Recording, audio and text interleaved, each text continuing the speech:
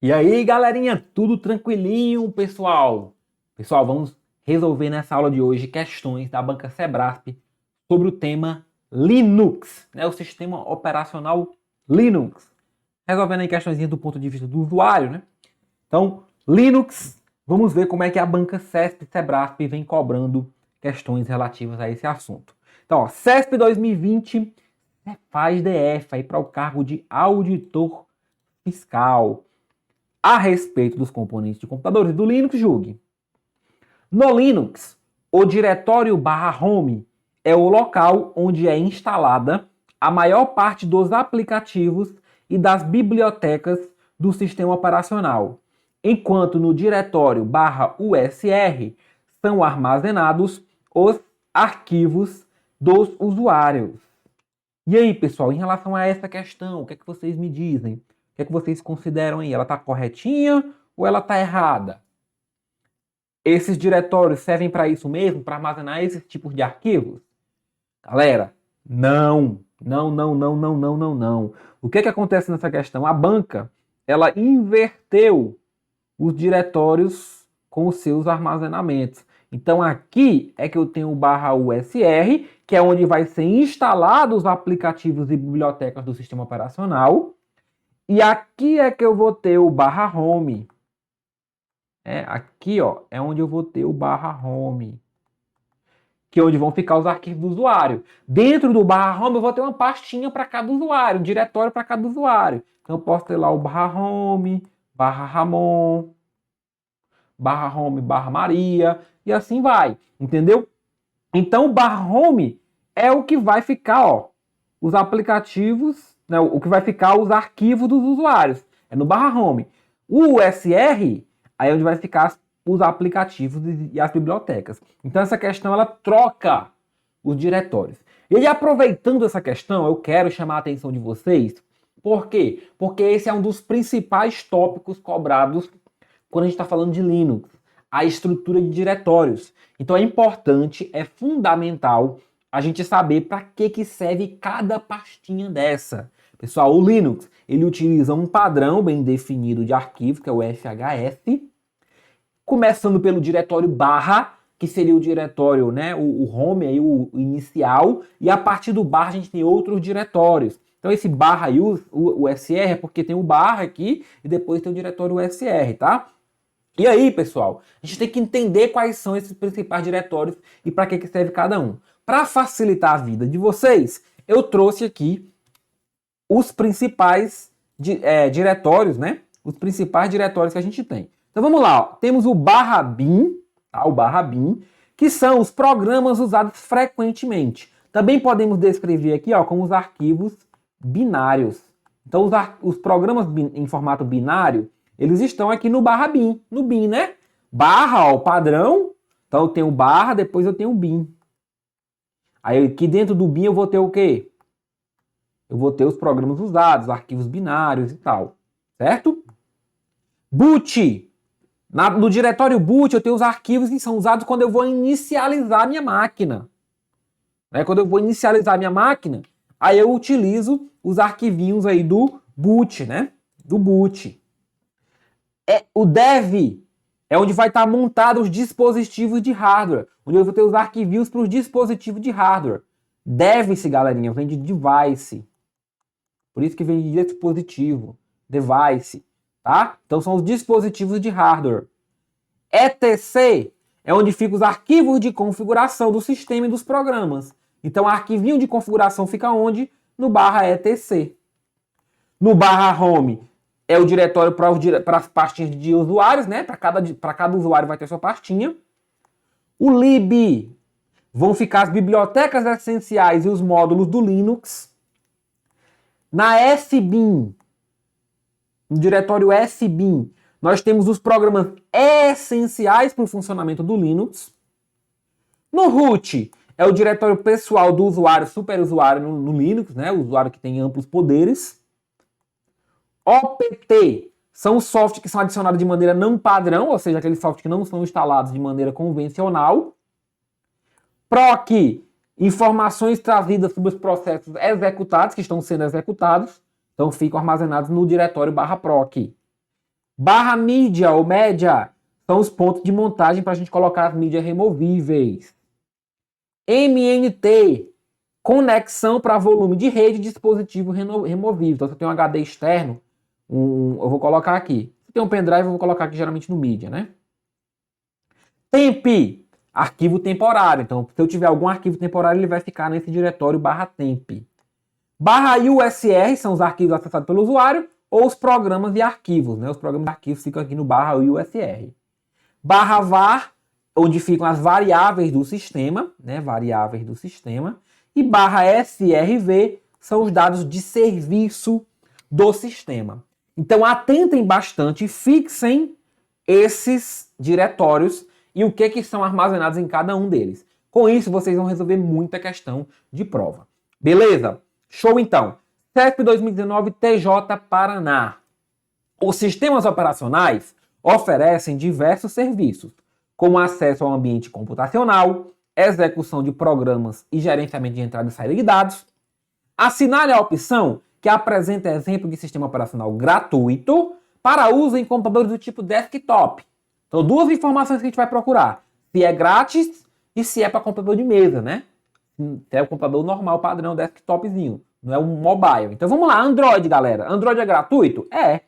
Só que ele não é para desktop, né? Ele é para mobile, para celular, smartphone. Apple macOS. Pessoal, o Apple não é gratuito. É um sistema pago da Apple, que tem lá nos MacBooks. Linux. Nossa respostinha, ó. Quem é o SO gratuito e para desktop? O Linux.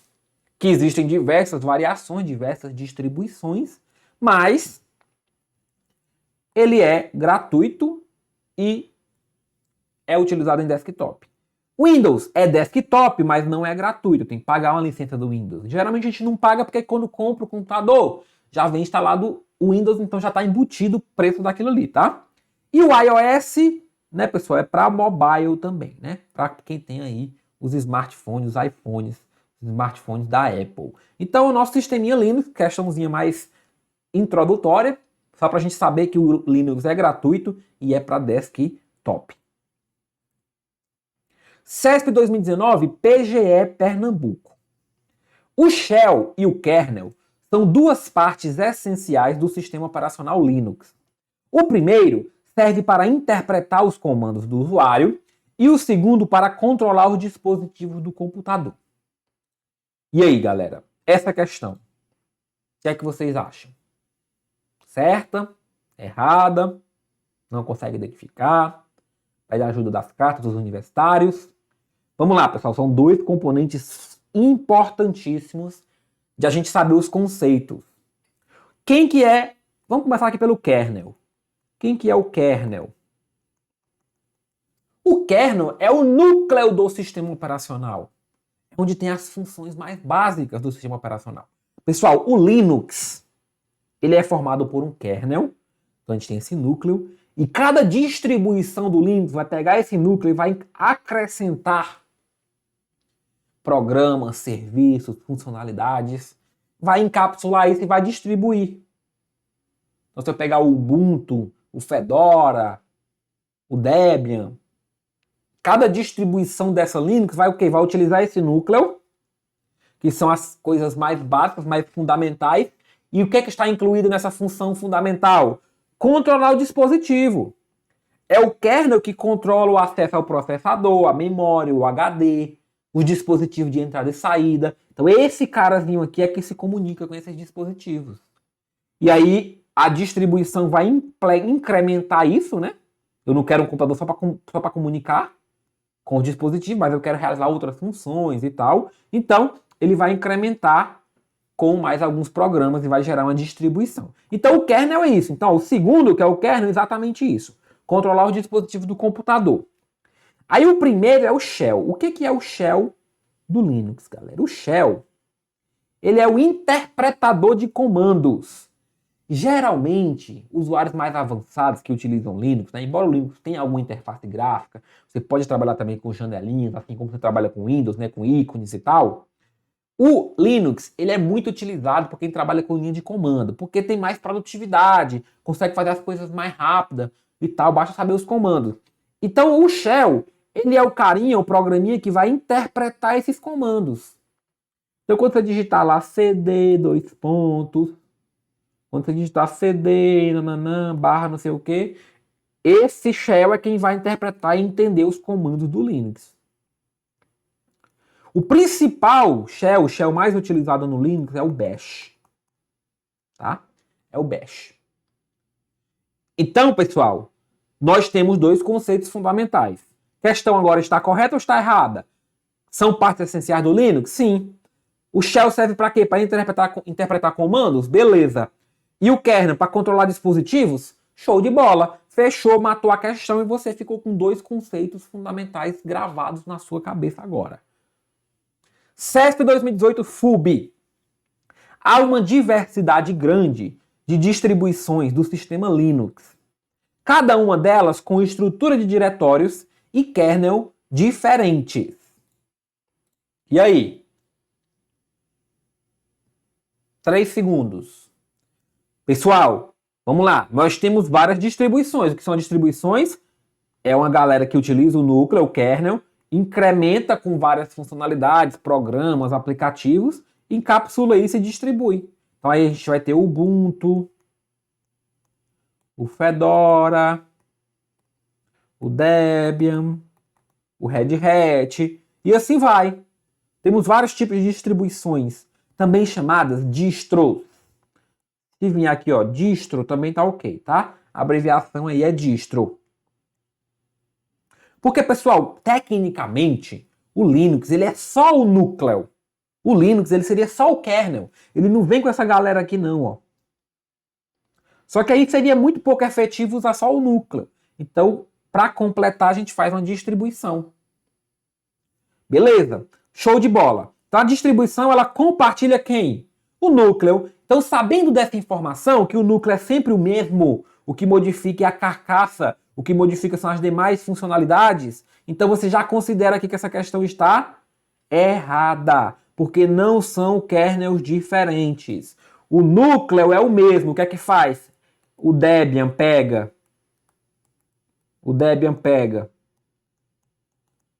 esse núcleo e faz a sua distribuiçãozinha. O Ubuntu pega esse núcleo e faz a sua distribuiçãozinha, com funcionalidades diferentes, aplicativos diferentes e assim vai, tá? Mas não é o núcleo diferente, não, é o mesmo núcleo, a base é a mesma. O cara que controla o dispositivo, o cara que conversa com o processador, conversa com entrada e saída, conversa com hardware, é o kernel, é o mesmo cara para qualquer distribuição Linux. Beleza? Assim como a estrutura de diretórios.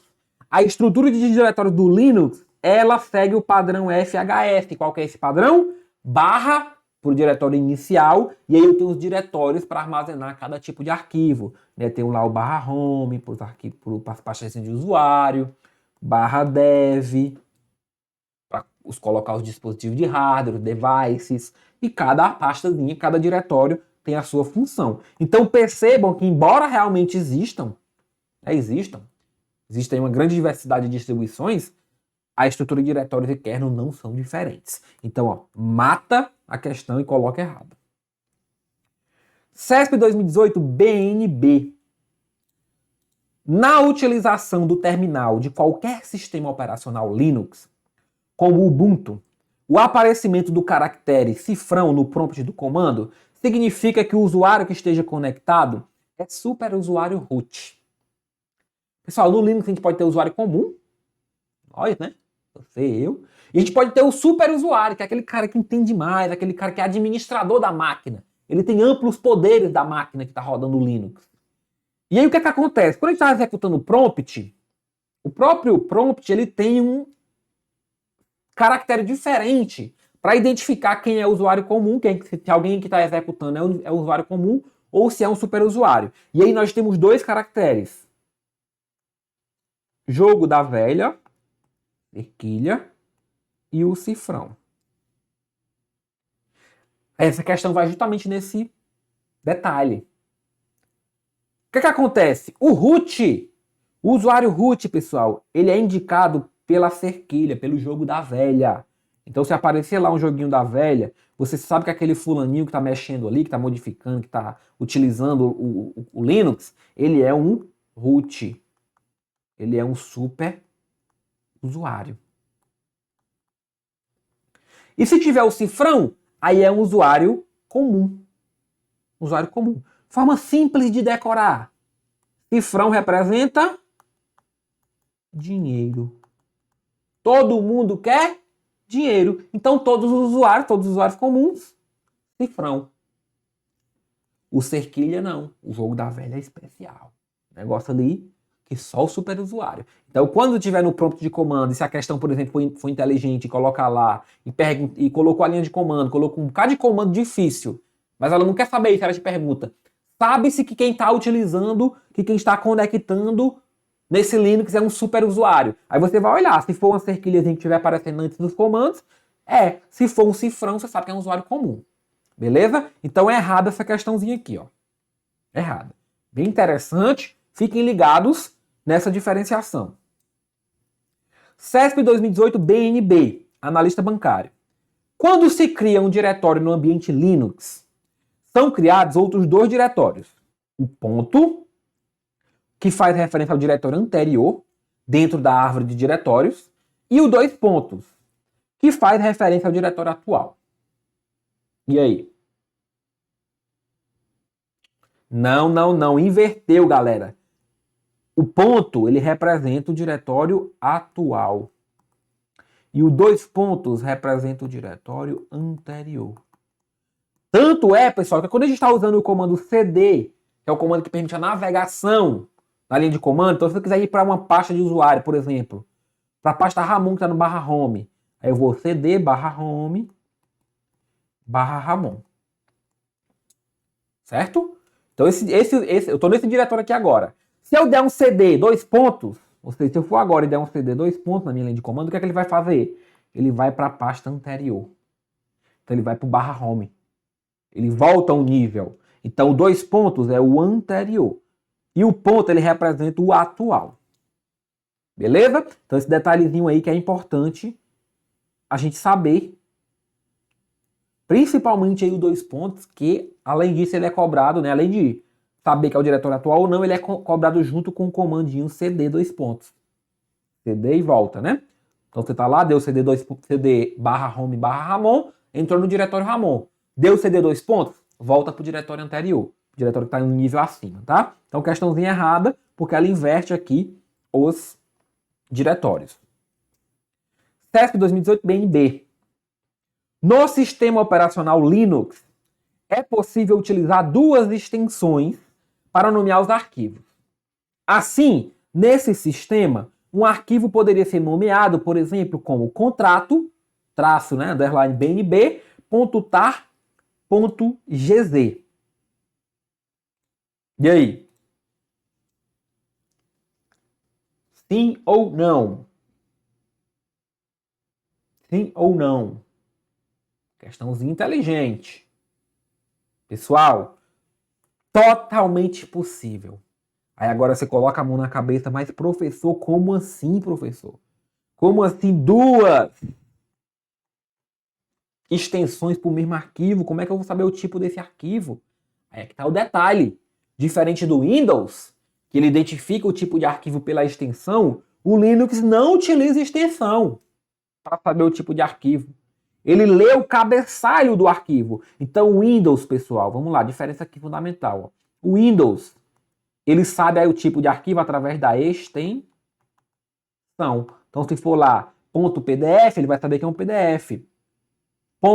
.xls, ele vai saber que é uma planilha. .docx, ele vai saber que é um arquivo de Word. O Linux, não, ele não utiliza isso. Ele faz a leitura do cabeçalho do arquivo. Cabeçalho do arquivo. Então isso aqui, ó, é indiferente para o Linux. Isso aqui para o Linux é só o nome do arquivo.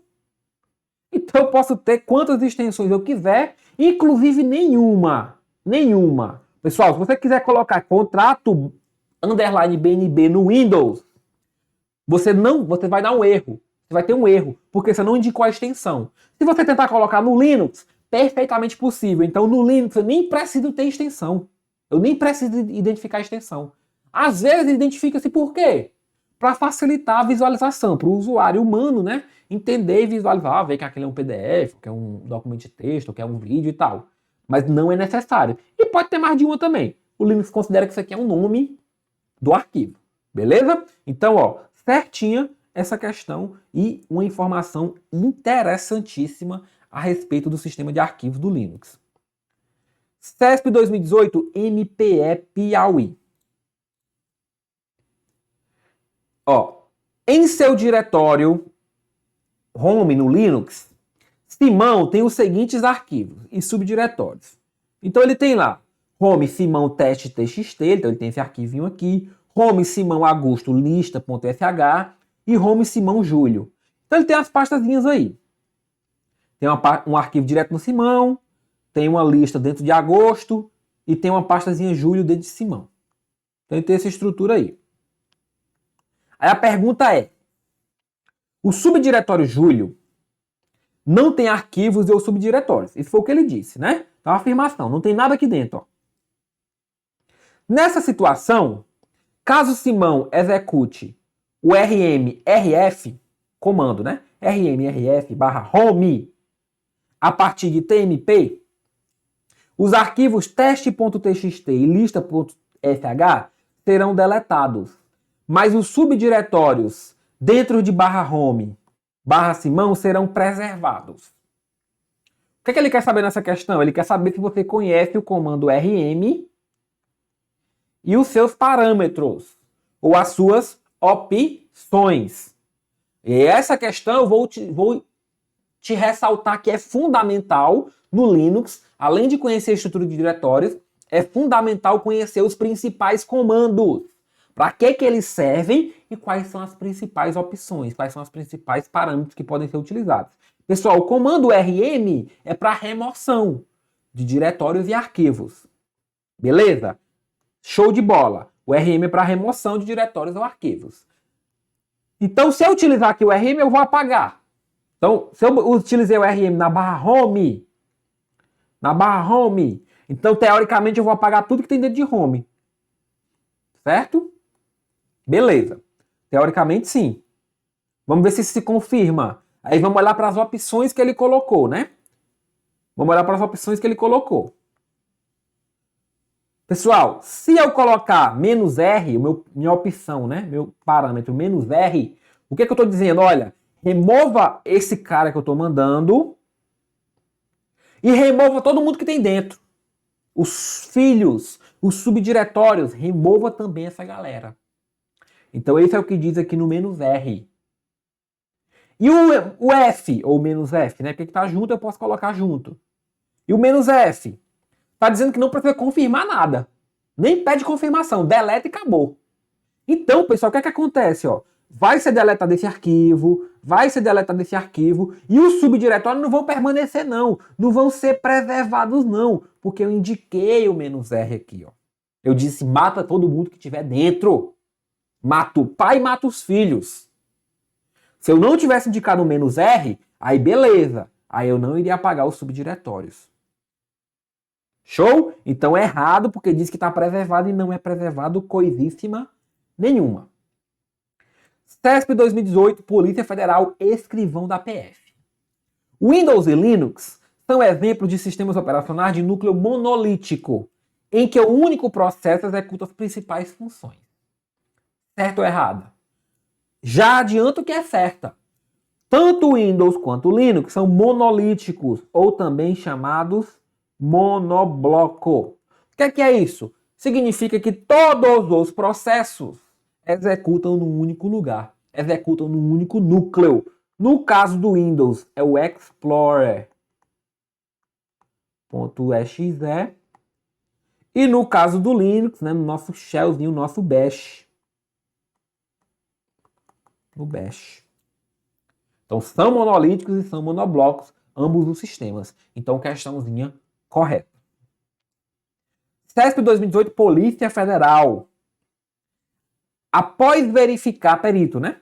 Após verificar que o diretório /var /bo no Linux está sem espaço para novos arquivos, ou seja, aquele cara lotou, aquele diretório lotou. Pedro resolveu mover todos os arquivos e subdiretórios existentes neste diretório, né, para o diretório /etc, /backup, /bo.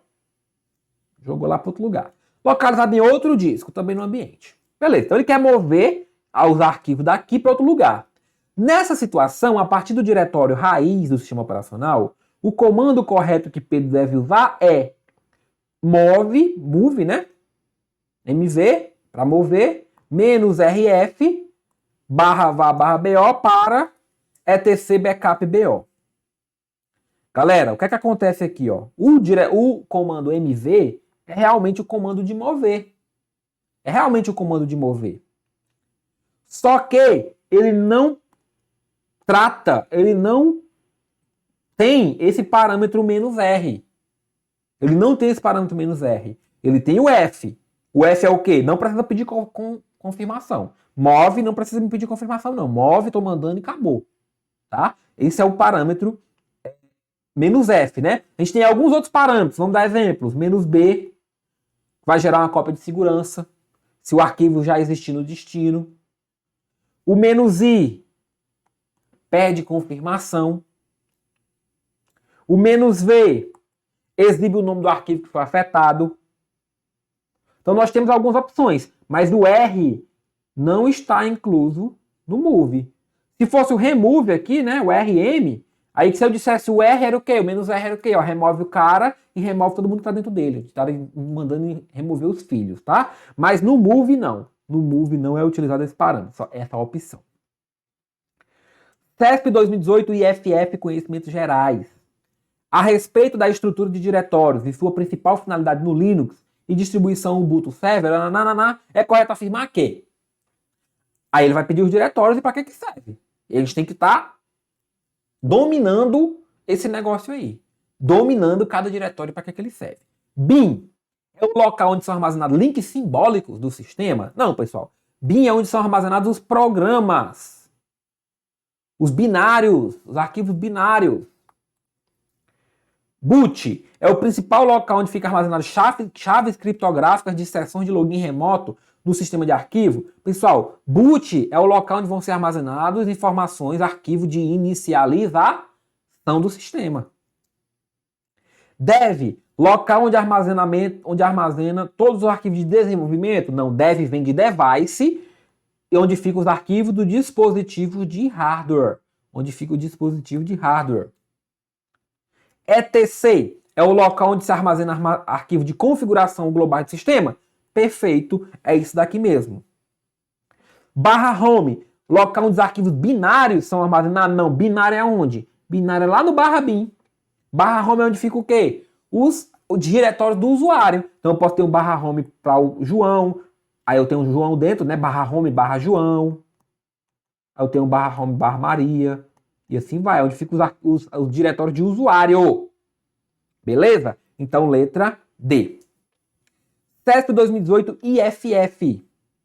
No sistema operacional Linux, por meio do comando cd/if/, digitado em um terminal, um usuário que possua todos os privilégios necessários poderá.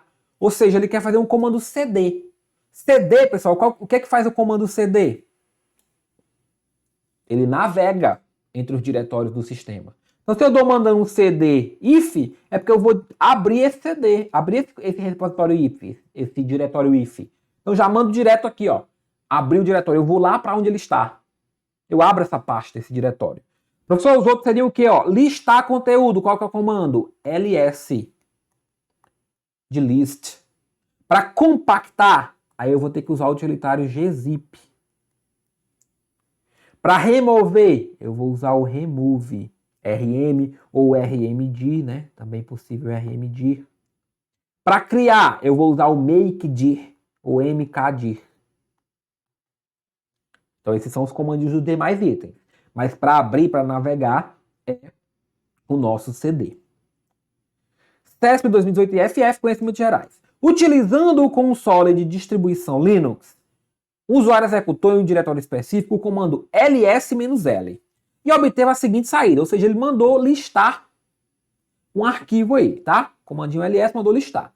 Aí ele pergunta, docentes.pdf é um arquivo executável? Não, galera, PDF é um PDF, não é arquivo executável não. Não é um programa executável. B, o primeiro if se refere a um diretório, enquanto o segundo if se refere ao usuário. Aí aqui é só um detalhe de como aparece a listagem, ó. Na listagem, o que é que acontece? O primeiro é o usuário que criou. O segundo é o diretório. Então, o usuário if, que ele botou para confundir dois nomes iguais, né? O primeiro, se ele tivesse colocado João e novembro, você saberia facilmente que seria o usuário e o mês, né? Mas ele colocou igual justamente para confundir. Então, o primeiro if é o usuário. E o segundo if é o diretório, né? O segundo if é o diretório. Beleza? Então, B é errada. C. 4.096 se refere à quantidade de usuários que acessaram o arquivo? Não, 4.096 é o tamanho do arquivo. Tamanho do arquivo. RX menos R menos... se refere às permissões sobre o arquivo docente? Beleza, beleza, beleza. Aí a gente tem que saber interpretar a permissão. Certo? Como é que a gente interpreta a permissão, galera? Com essa telinha que eu mostro para vocês aqui agora. Ó. Os primeiros 3, cada um desses, eu tenho o R, o W e o X. O R é read, para leitura, né? Permissão de leitura. O W é de write, permissão de escrita. E o X vem de execute, permissão para executar. Beleza? Então eu tenho 3 sequências de RWX. A primeira sequência, ela é para o dono do arquivo. Então o dono do arquivo vai ter essas permissões aqui. A segunda é para o grupo de usuários. Vai ter essas permissões. E a terceira é para outros usuários. Para terceiros, para outra galera. Então essa é a forma de interpretar o RWX, né? Então, se nós temos aqui RW, tracinho, e aí o tracinho, né? O tracinho, quando não tem uma permissão, eu represento com tracinho. Então aqui nesse caso, ó, eu tenho RW traço. O que é que significa RW traço? Que o dono, que são os 3 primeiros, né? O dono, ele lê e escreve, mas ele não pode executar. O segundo é R traço traço. O que é que significa R traço traço? Que o grupo só pode ler. E depois tem o R traço traço, que significa o quê? Que outros usuários só podem ler. Sabendo disso e sabendo que a D já estava correta, por que eu fiz essa análise toda? Porque a gente tem que olhar para E. Todos os usuários que fazem parte do grupo IF podem editar o arquivo docente. Não, ó, porque no grupo, que é o segunda galera, só pode ler. Não pode editar. Não pode escrever. Para escrever eu teria que ter um RW nessa galera do meio. Então errada a letra E. Beleza, pessoal? Então muita atenção nessa questão das permissões. Questãozinha das permissões, né? Bem interessante isso daí. CESP 2018 TCE Paraíba. Os comandos para deletar um arquivo em um utilitário de linha de comando no Windows e no Linux, ou seja, para deletar, para excluir é quem? A gente já sabe que no Linux é o RM ou RMDIR. E aí no Windows, pessoal, já digo para vocês que é o del. Então, no Windows eu utilizo o del e no Linux é o RM. RM. Beleza? Então, letra B. CESP 2017, TRE Tocantins. A distribuição do Linux de código aberto, que se caracteriza por ser não comercial, amplamente utilizada e baseada no Debian, GNU, é. Quem é que é esse cara? Pessoal, esse cara aqui é o Ubuntu. Ubuntu. Existem várias distribuições do Linux. E aí, o que é importante saber dessas distribuições? Saber as características principais delas. Em que elas são baseadas, se é uma versão comercial ou não. E aí, no caso do Ubuntu, ele é justamente isso. Ó. É patrocinada pela Canonical e baseado no Debian. E atualmente é um dos mais utilizados. É o Ubuntu. E aí cada uma dessas distribuições tem suas características específicas. Podem ser baseadas em um ou outro, pode ser comercial ou não. E assim vai. Beleza? Show de bola então, galerinha. Resolvemos aí questões da banca Sebrasp sobre Linux, né? Percebemos que a banca gosta muito de cobrar a estrutura de diretórios e os comandos da linha de comandos. Beleza? Valeu!